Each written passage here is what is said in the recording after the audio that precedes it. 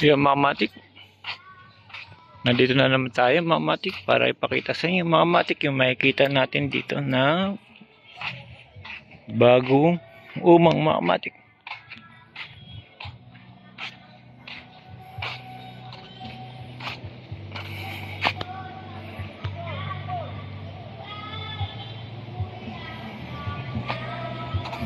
Sa ngayon mga matik, medyo naulan mga matik.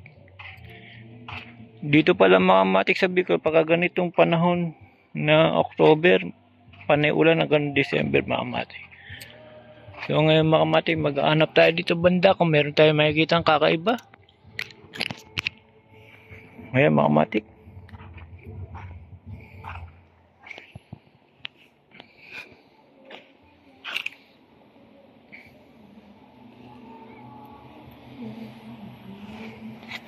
yung mga matik, wala tayong makita.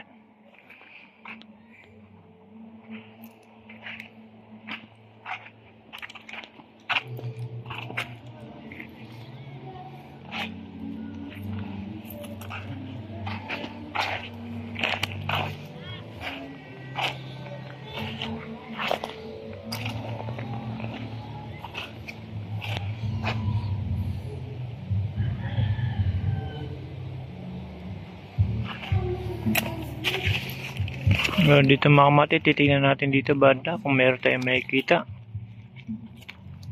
Wala.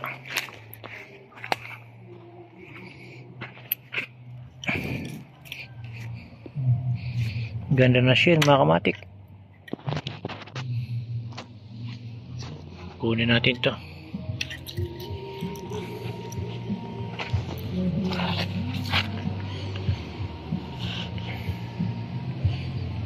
Yung mga kamatik, karaniwan mga kamatik, ganito nakikita natin.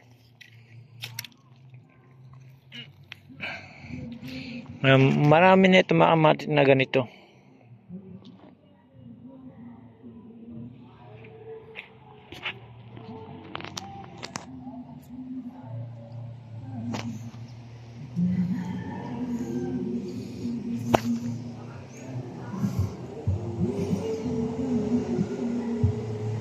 Yan, marami ang ganito mga kamatik. Saka yung ganitong klase mga kamatik, oh. Ang pinakamarami dito sa Bicol na ganito klase.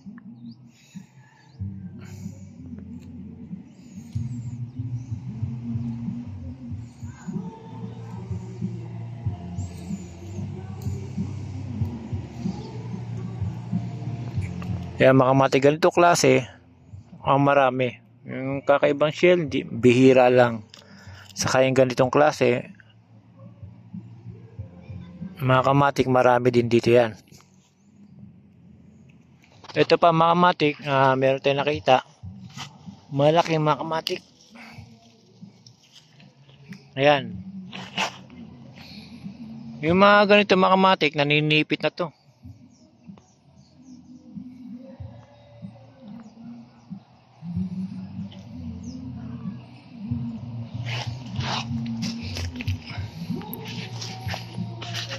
Kaya mga kamatik, marami dito yan.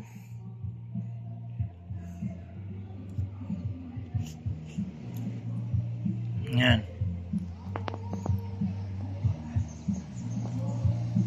Kulay pagka violet siya mga kamatik, yung kanyang katawan. Pero yung shell niya mga kamatik, marami siyang marami dito yan sa Bicol.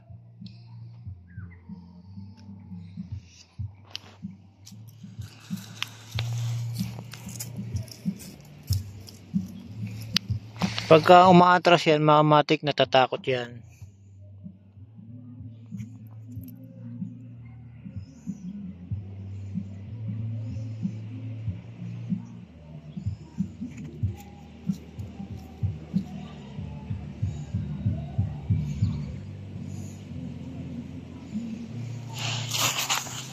Yung kanyang mga kamatik, katawan violet, light violet ang kanyang katawan mga kamatik.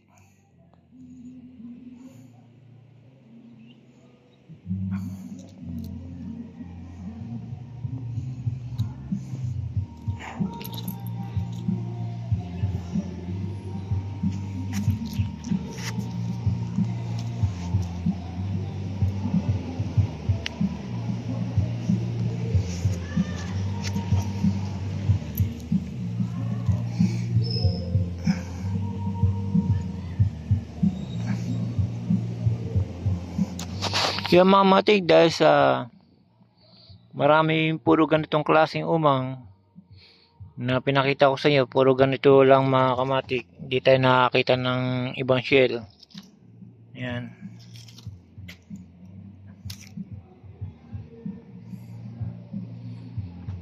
Puro ganyan lang, saka ito mga kamatik.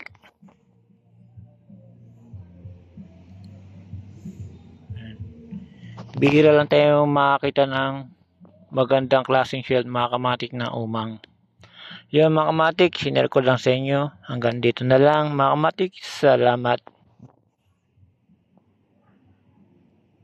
Ito ang umang mga kamatik na marami ganitong klaseng shell.